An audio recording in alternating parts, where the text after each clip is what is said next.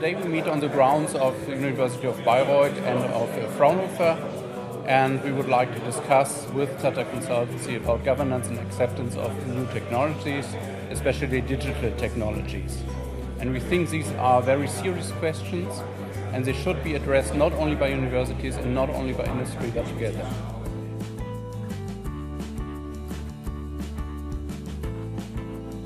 Tries to look at, or we try to gather an understanding of not just what are the technical roadblocks to achieving good technology or digitization solutions, but we also need to understand what are the legal, cultural and societal aspects of the newer technologies coming in.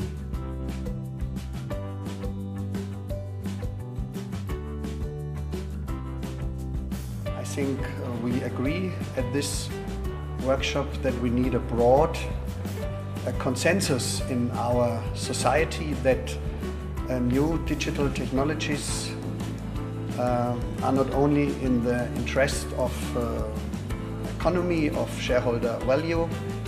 Digital technology and the digital transformation is a big chance for a good future, and I think we can give some advices from this workshop how we will continue the debate of the acceptance of digital transformation in our country. Our main customers are small and mid-sized enterprises, producing companies. So for them, when it comes to digitalization, the main aspect is transparency and trust. What happens with their data? What happens with their knowledge? A lot of them are hidden champions, so they are doing things, processes, producing products in a better way and a more efficient way than others. This is their capital, and so the two questions, the two aspects of transparency, of trust, what happens with their data when they enter the game of digitalization is crucial for them. Kind of jobs which or the kind of tasks which machine learning today is not capable of doing is things such as which involve negotiation, things which involve judgment.